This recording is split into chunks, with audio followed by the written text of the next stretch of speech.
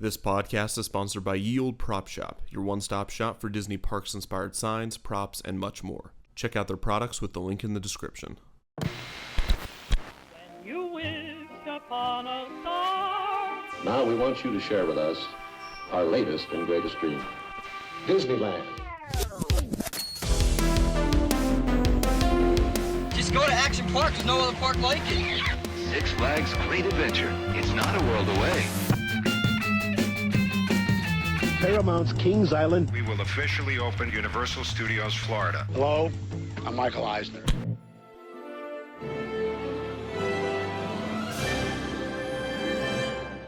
Now, here is your host. Hi, Defunctland guests. My name is Kevin Perger, and welcome to another edition of the Defunctland podcast. Today, we have a very special guest with us, Miguel, a former employee of Disaster, a major motion picture ride starring you. But before we get to that, let's check in with last week's guest, Jack from Park Ride History, and see what he is up to.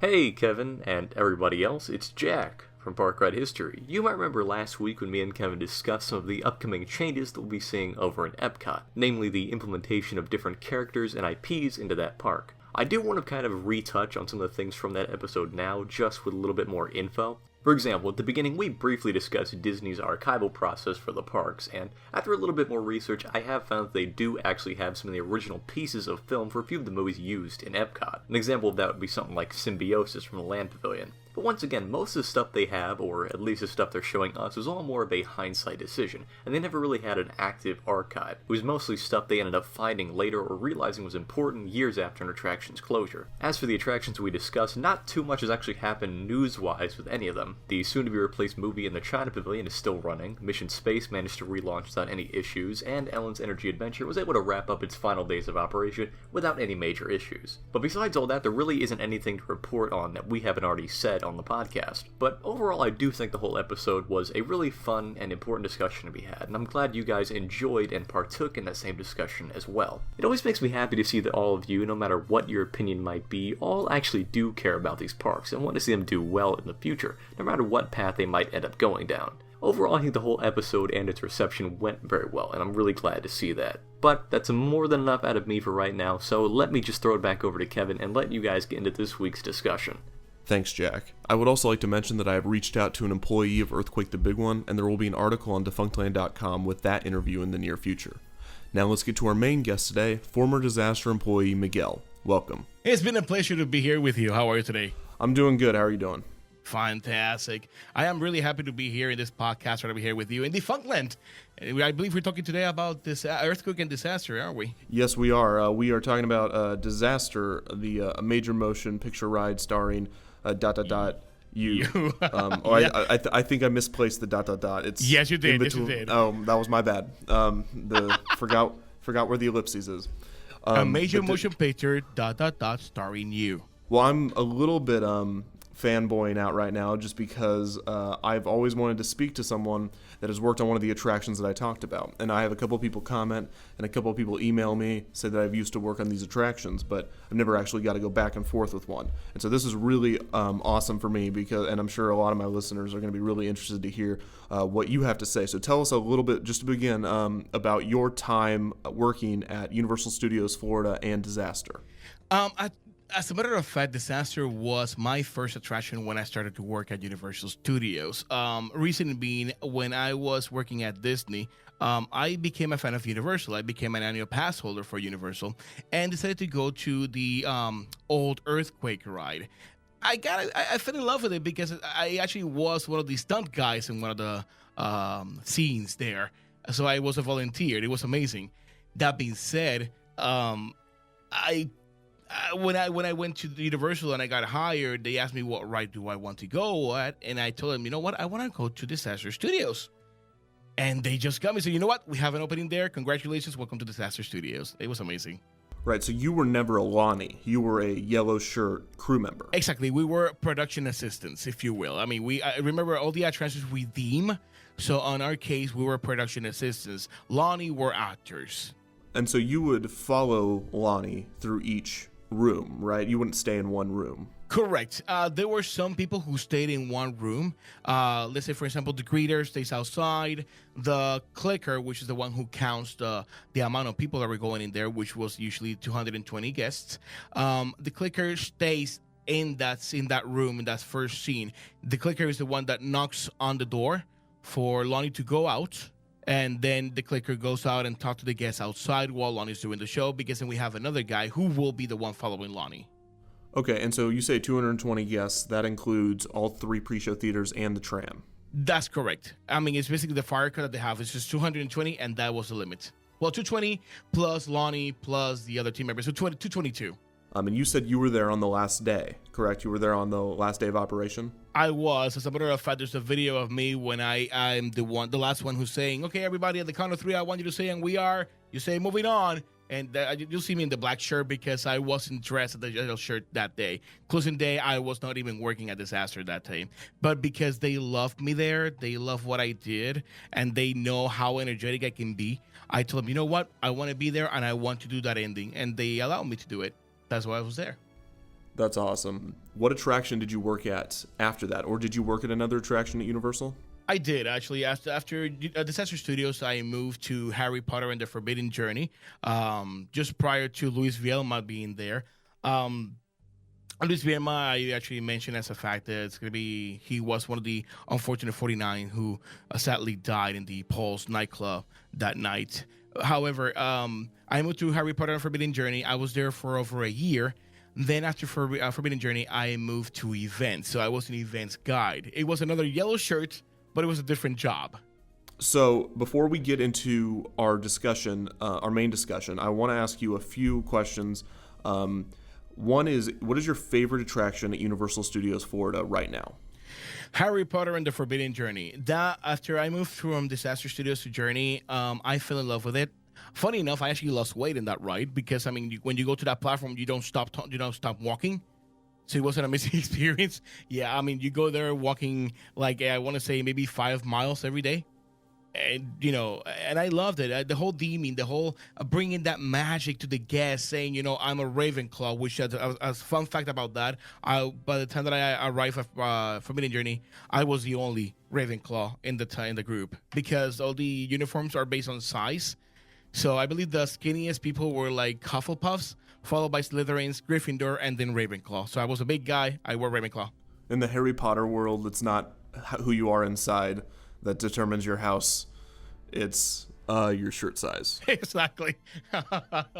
But you know, in a way, the Sorting Hat actually gives us the house anyway. You know, just keep it lightweight, Kevin. Come on, keep it. Okay, right. It's a magic. It's all in the magic. Exactly. Don't want to ruin the illusion. Yeah. Shush. Okay. What is your favorite Universal Studios ride that has closed besides Disaster? I was gonna say Disaster Studios. I know. Well, of course you were gonna say Disaster Studios. I would have too, given your position. But what is another one of your favorites? Honestly, Nickelodeon Studios. Ooh. I would have loved to have the Nickelodeon Studios having the slime thing, you know, there. The way I remember that time that I was there visiting as a guest, I would have loved to have Nickelodeon Studios there. It was a huge memorabilia. Nickelodeon still exists. They should have just kept the contract and, you know, do that with Nickelodeon Studios. Having those shows there, having the volunteers participating, it was amazing. Yeah, that's one of the most popular abandoned of the Universal Studios Florida attractions. Of course, lots of YouTubers have got their way in there. Now it's completely cleared out. There's barely any. I think there's maybe 1 or 2 stickers on the wall that still say something about Nickelodeon. But let's move backwards a bit. You said you've worked at Disney. Correct. What did you do at Disney? At Disney, I actually started at Epcot. I actually did my college program there. I was studying in Rochester, New York, and I moved to Disney after that. Disney, I worked at the old Kim Possible's World Showcase Adventures, which is now known as Perry the Platypus World Showcase Adventures. The technology is the same thing, but it's just the name changed, and the only difference is that instead of defeating whatever evil character we had on Kim Possible, now we had to defeat Dr. Doofenshmirtz and, you know, anywhere in the park, at least in the world, so countries. My God, I forgot already what was the name of it. Wow. I forgot the name of it. Well, it's now the cartoon showcase, so you can you're fine. The World Showcase. Sorry. Yeah, there we go. Let's get into our main discussion today, and we have 3 categories. The way it's set up is we're going to talk about performance, we're going to talk about operation, and we're going to talk about audience. I have a question in each category. My audience has asked many questions, so I'm going to ask you the question from me, and we can talk a little bit about it. But then after that, I'm just going to read the questions from the audience. I'm going to let you take over. All right. So let's begin with performance. Was there ever a point where one of the performers forgot their lines? Lonnie, you've probably observed many different Lonnies in your time. What happened when someone forgot their lines? As I want to mention, when they forget the lines, they actually had to improvise. Every actor in Universal Studios had to have an improvisation point at any moment. They forget the lines. Let's do something that is not offensive, of course, but at least try to make it funny. We got some Lonnies that were sarcastic as hell, but the sarcasm actually made the whole thing funny. And if they forgot the lines, they just try to look for a way to just improvise immediately. And of course, you got somebody in the back just watching that they actually don't go anywhere over board on the improvisation, of course. Just try to get, you forgot that line, let's go ahead and improvise and go backing into the script. So there was never really a point where someone forgot their line and just sat there for a minute and said, they had that ability to just roll with whatever they forgot. Every single time. There was not a moment where the Lonnie could be quiet at all. They will look for a way to just say something out of the ordinary. It's basically improv show. So if you've seen Whose Line Is It Anyway, there's not a quiet moment. They just literally say whatever first word they can find. That's the way it is in there in Disaster Studios. I'm going to go through these questions from my audience, and I'm just going to let you take them over. So the first one is from Facebook. Mike Castleman says, were there any challenges unique to such a timing-driven attraction, as opposed to the standard ride-based attractions commonly found throughout the park? As you know, all the attractions are unique and challenging in their own way. At Disaster Studios, time-wise, we had the challenge that, originally we start at 20 minutes. So every 20 minutes, we were doing a show. When we had more guests, we had to reduce the time to every 15 minutes, every 10 minutes. It started getting more challenging because we had to do the show every 8 minutes. So Lonnie had to just speed up their performance at every 8 minutes. Lonnie had to be ready on the pre-show, on the door, at the 8-minute count. If it was extremely busy, we were going down to 4 minutes per show. So you know how fast every performer had to go in order to pick up the actors. And as you know, the scene where they had to interact with Frank Kincaid, it's already time, it's recorded. So they had to follow that time anyway. So they had to stall on the first scene with the actors until it was ready. Once they were getting into the doors, the attractions attendant or the production assistant had to open the double doors in order to get the next guest to start the show almost immediately. It was extremely challenging, but hey, we did it. The next one is from Evan Freistack. How did you stall the audience if you had too much time left? Or how did you handle situations when things didn't go as practiced? At Disaster Studios, we never had too much time left. We were always on the run. We were always just moving back and forth. We were always moving on. From scene 1, when they meet Lonnie, we had to get everybody into those double doors immediately so they can meet them and Lonnie look for the actors. In scene 2, we always had to be there to make sure that nobody was sitting there on the bars. On scene 3, on the filming side, that we had to make sure that we are running safely with all the audiences and everybody who was performing with Lonnie and the production assistants and those volunteers for the filming area.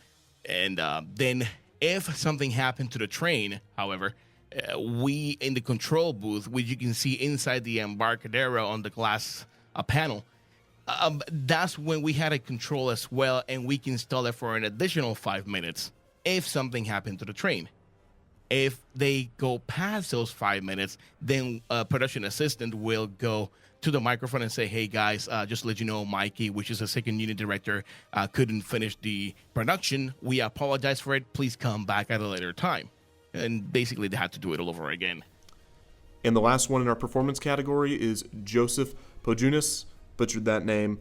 Did any audience members ever go above and beyond in their performance? Do you have any in particular that stick out in your memory?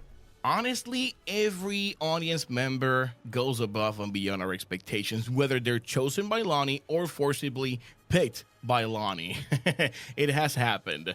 But when they go to that filming moment, you will never imagine how awesome they are, including Grandma. That Grandma moment, we never know what we're going to expect.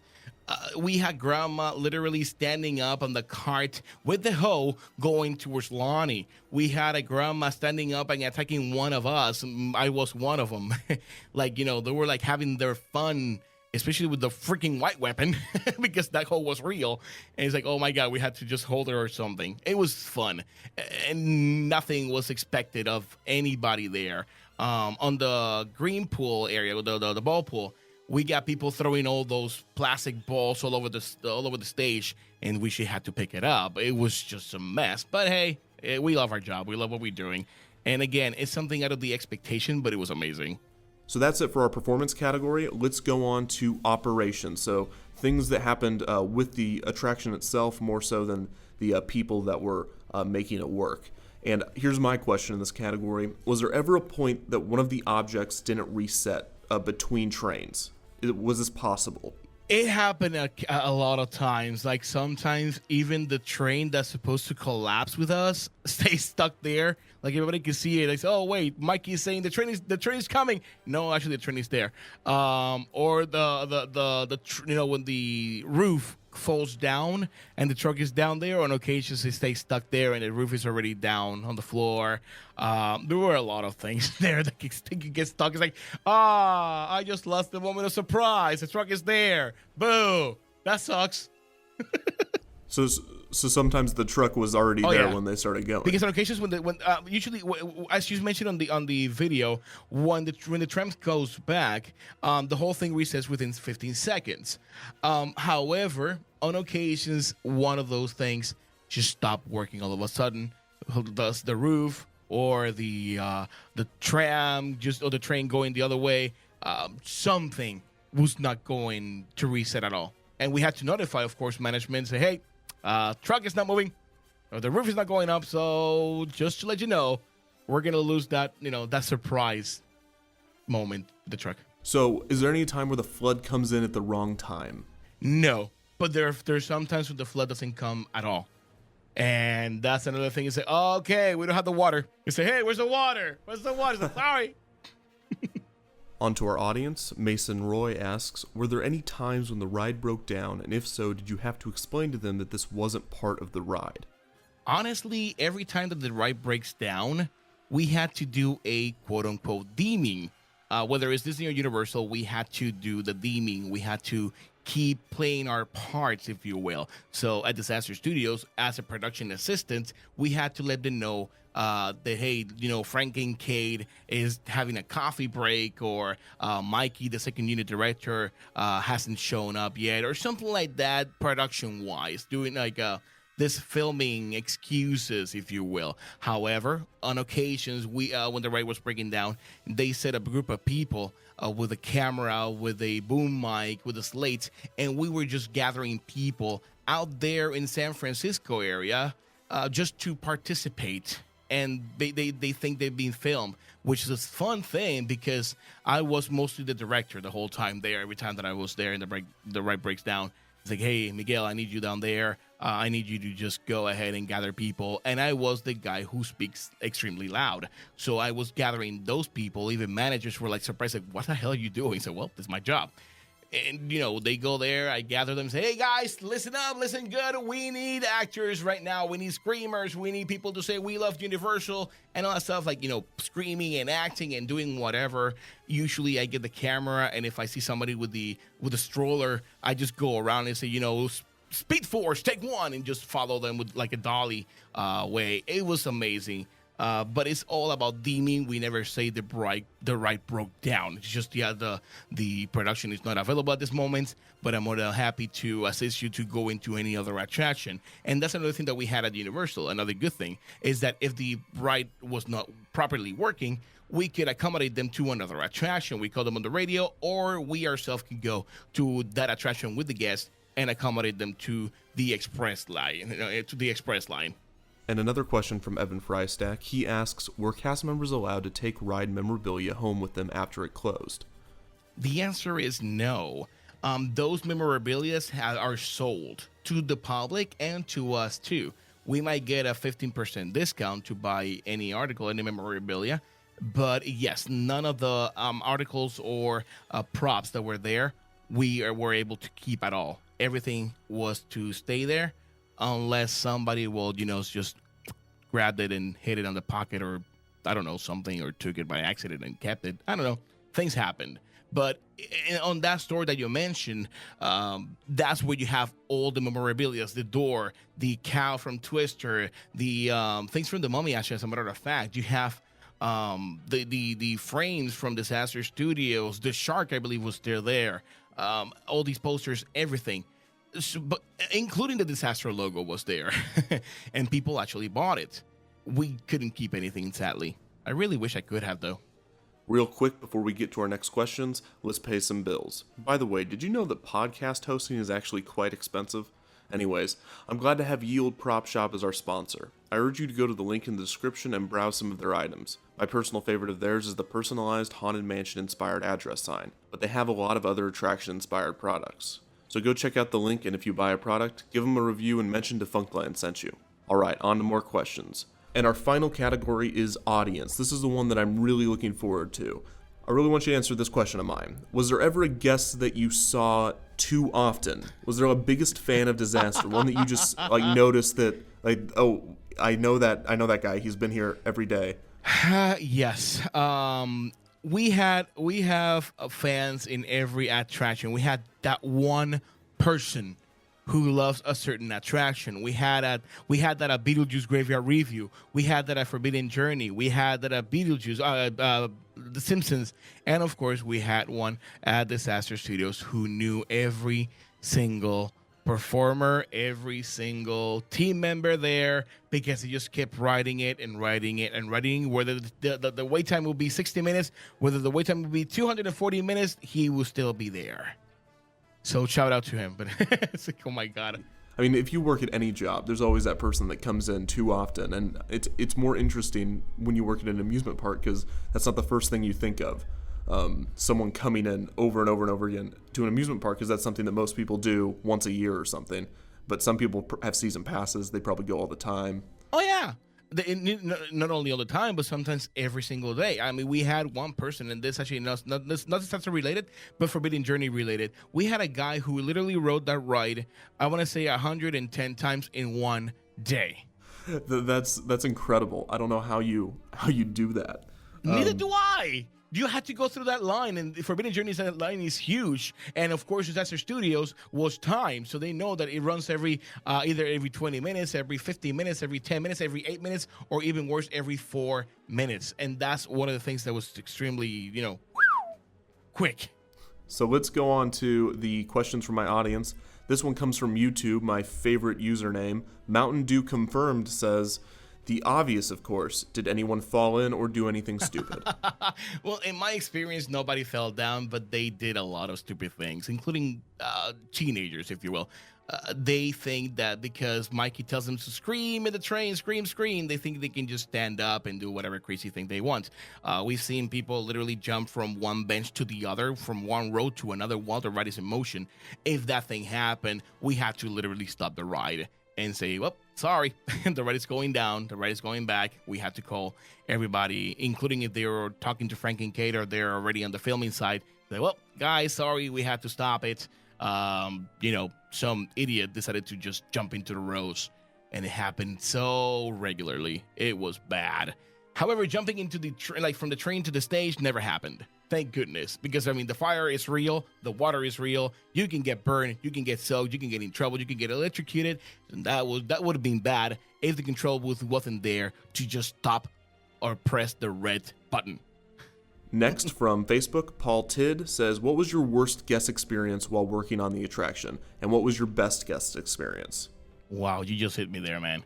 You just hit me bad. My worst guest experience was a mother and a son. Mother was in a wheelchair, and son asked me how bad is the train ride. I told him, well, the train has constant bumps and shakes. And they told me how bad is it? Well, it's pretty strong, though.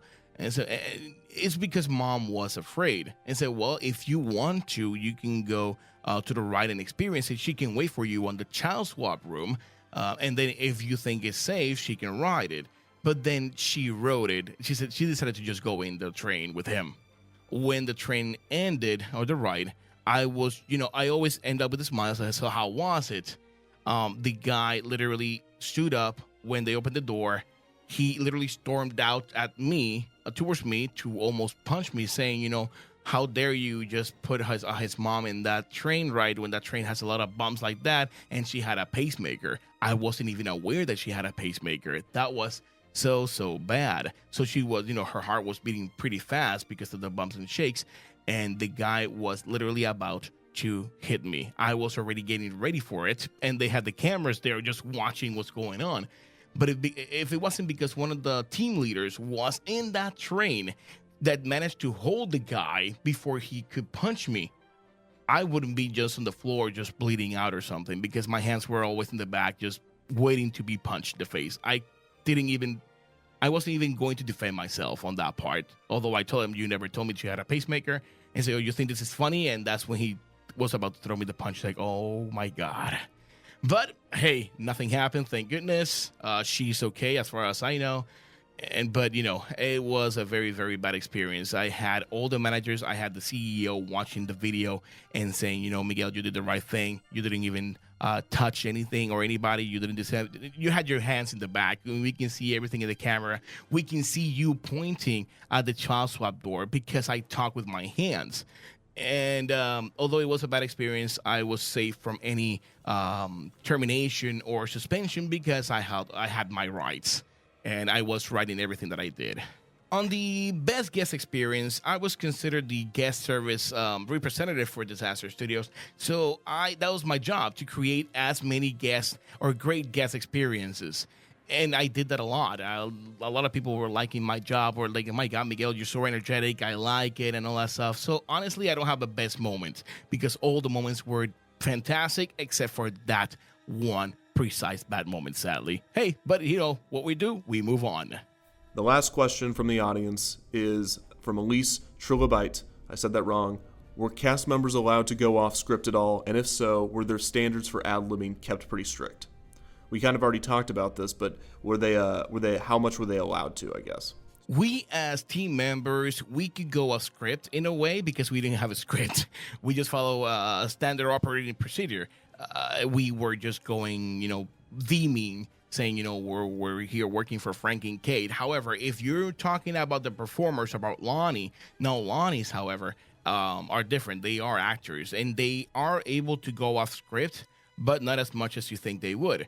They are supposed to improvise if needed be, which happen on occasions. Because if you think that maybe a person would get offended for what we say, then we better stop it and do something different or say something different, but funny.